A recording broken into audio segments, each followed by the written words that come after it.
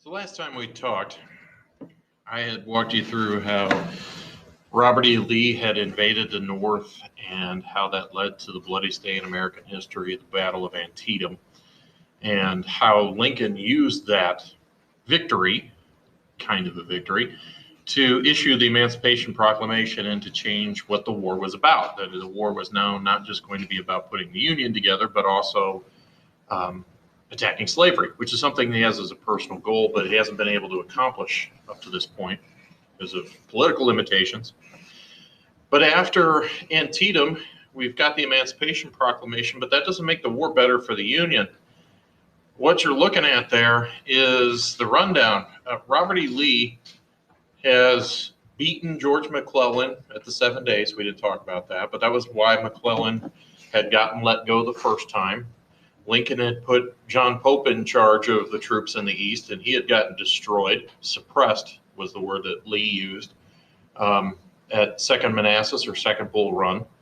Then McClellan is brought back to command, and the result is Antietam, what we talked about last week, which was a victory for the North, but not what it could have been.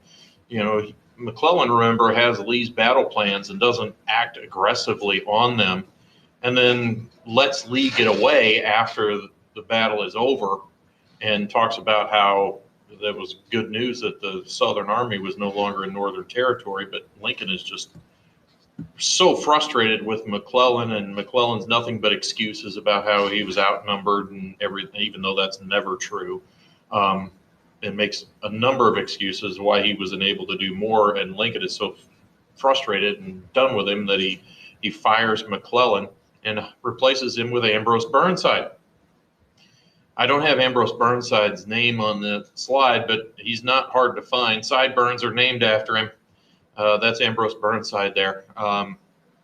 Burnside decides that he's going to show the aggression that McClellan didn't, even though at Fredericksburg, it's a town in Virginia, the aggression that he shows is the wrong kind of aggression. Lee is in almost a perfect position with his army, and Burnside attacks him and attacks him and attacks him relentlessly in these entrenched positions and just all but wrecks the Army of the Potomac. So he gets fired by Lincoln, and he's replaced by Fighting Joe Hooker, who has great plans and goes after Lee in Virginia.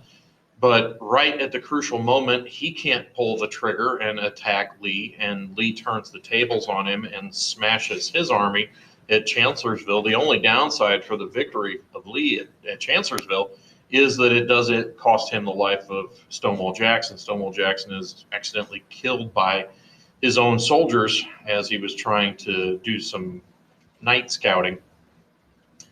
And then Hooker is fired and replaced by George Meade. Just days before the battle of what will become Gettysburg, Meade is going to stay in command of the Army of the Potomac for the rest of the war. Eventually, he's going to have Grant higher than him on the food chain, but Meade is going to command the Army of the Potomac from here on out. What happens is that Lee has decided that it's time to win the war. He has decided that because of his string of success, that he is going to attack the North again. And why wouldn't he think that? At this point, he has lost only one battle. That was the Battle of Antietam, which was more of a draw than a loss for Lee. And the only reason that he lost it was because McClellan knew exactly what he was up to. By this point, Lee knows that story. It was in Northern newspapers. It wasn't like it was a secret. So now he knows why he lost that one, and he knows that that mistake will not be repeated. So he thinks it's time in the summer of 1863 to go win the war, not just not lose, but actually win a victory, defeat the Union Army, and dictate terms to the North. And so the move is made into Pennsylvania. The Battle of Gettysburg, the biggest battle in the entire Civil War, and the deadliest battle in the entire Civil War. Antietam's worse, but it's only one day. Gettysburg is going to be fought on July 1st, 2nd, and 3rd of 1863. The Battle of Gettysburg begins as a fight over shoes. Now, that's not why the battle happened, but it begins as a fight over shoes. Gettysburg is in the southeast corner of Pennsylvania, and Gettysburg is not important, but all the roads to important cities go through Gettysburg. Capital of Pennsylvania, Harrisburg, Philadelphia, the road to Philadelphia, the road to Washington, D.C., the road to Baltimore, all converge there in Gettysburg. The reason the battle happens at Gettysburg is that there was a newspaper ad for shoes, and the Confederates, as we've talked about, are short on supplies throughout the entire war effort. And so a lot of the Southern soldiers are barefoot. And so when they see in this newspaper that there are shoes at this store in Gettysburg, they're going to go pay for them with Confederate money and get the shoes. So they show up in Gettysburg and they happen to bump into Union cavalry, horse soldiers, and both sides start sending for reinforcements. Gettysburg is an accidental battle. Nobody picked a map and said, we're going to attack them here. It's where the two armies happen to kind of clip into one another. Both sides send for reinforcements, and then pretty soon, both armies are there surrounding the town of Gettysburg, ready to fight the deadliest battle of the entire Civil War. And it starts as an accident over shoes.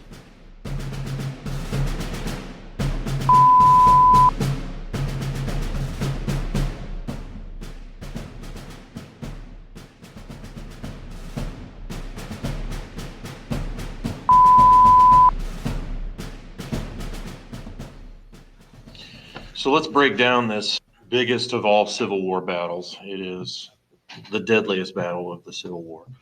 Not to confuse you, Antietam is the single bloodiest day. Antietam's one day, September 17th, 1862.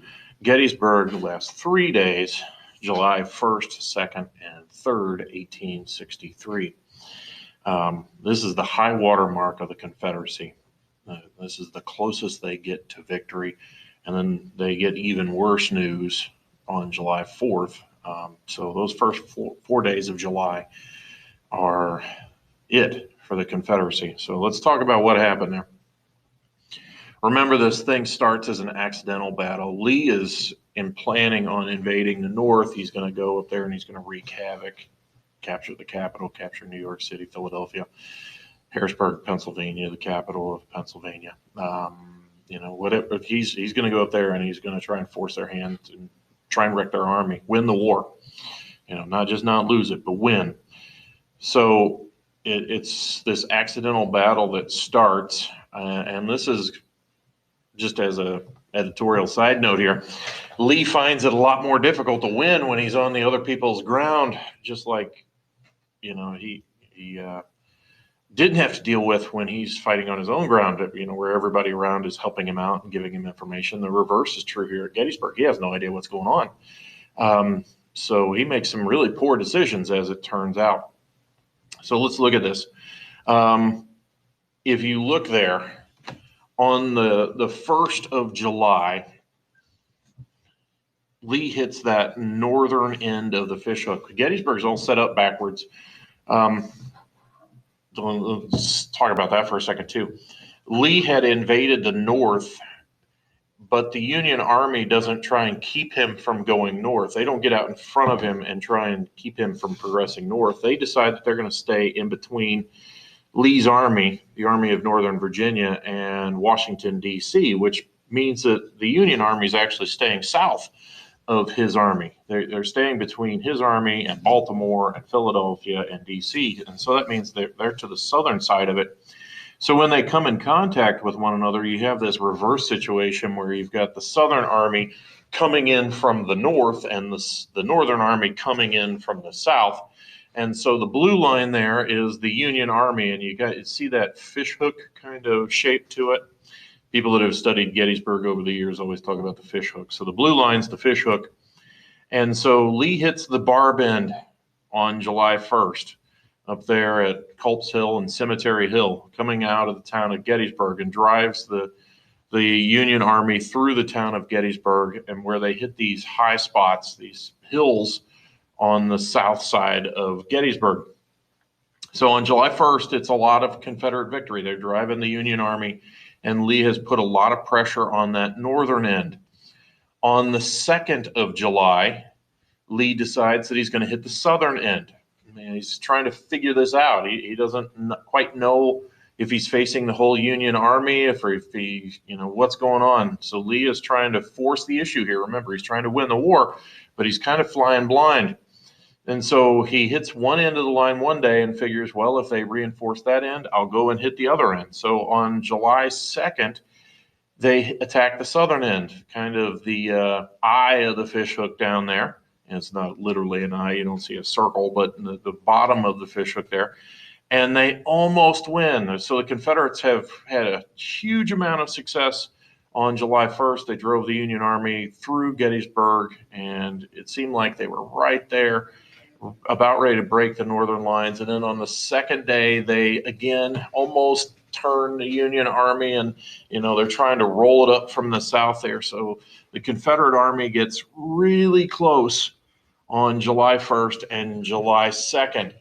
And so now Lee has hit both ends of the Union line, and in his mind, that leaves one alternative. What he wants to do on that third day is hit the middle. And what that means is that he's sending his soldiers to go and attack the Union Army across 1 mile of open ground. I've stood there at Gettysburg. This was a mistake the whole time. Lee's doing this, I guess, primarily because everything he's done up to this point has been successful. People that knew him talked about his blood was up. He was in a fighting mood. You see pictures of Robert E. Lee and you kind of imagine him being this stodgy old grandfather type, but he wasn't. He was very aggressive. He was very fiery. And so his Army of Northern Virginia almost won the day July 1st, and then almost won the day on July 2nd. It seems like, okay, they've hit both ends. They've reinforced both ends. It's time to hit them in the middle, split the Union Army in two, and theoretically be able to drive all the way to Washington, D.C. and win the war.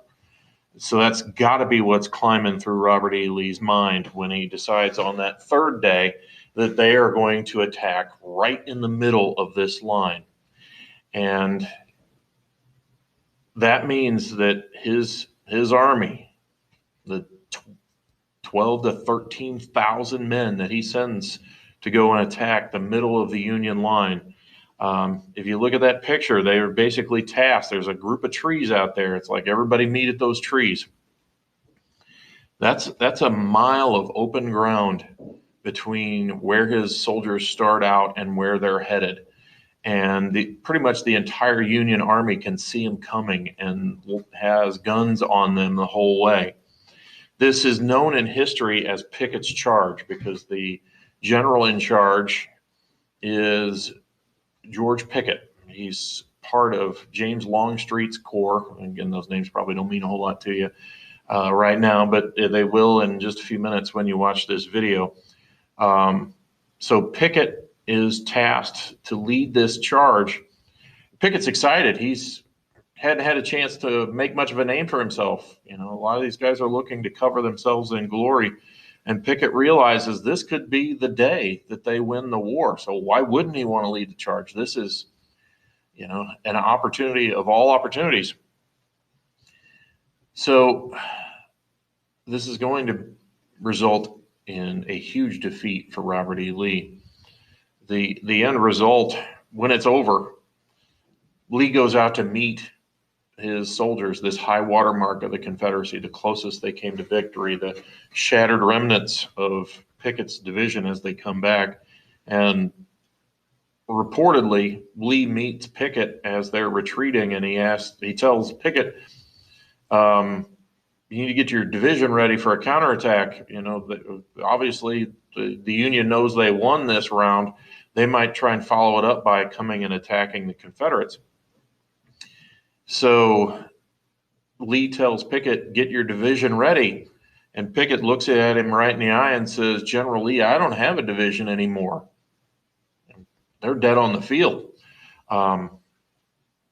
This was the closest the Confederates come to winning the war. And thankfully, the Union Army, the Army of the Potomac, finally takes the measure of the Army of Northern Virginia. In one of the earlier parts of this, I talked to you about how Robert E. Lee had beaten this general and this general and this general and this general and this general. And maybe he didn't win at Antietam, but he kind of now knows why that happened, and then beats two more guys.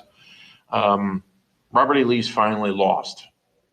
And from this point forward, it's all going to be downhill for the Confederacy. Now, that doesn't necessarily mean that they have lost the war. Remember, they can win this war by just not losing. So there's one more chance that the Confederacy has, and that is to drag this thing out and get it to where the Union Army and the people of the North decide that this isn't worth it. Okay. But before we get to that, I want you guys to watch the video about the Battle of Gettysburg. And then one of the things that we're going to do is we're going to detour away from this, and we're going to stop after this. And I want to have you guys answer questions about what you've done thus far today. I know there's no review link on your notes at this point, but I think this is a good stopping spot. So instead of having a review link, I'm just going to post the quiz here with what we're doing today. So now that you've watched this and my explanation of it, go and answer those questions about the first part of 1863 and how the war went.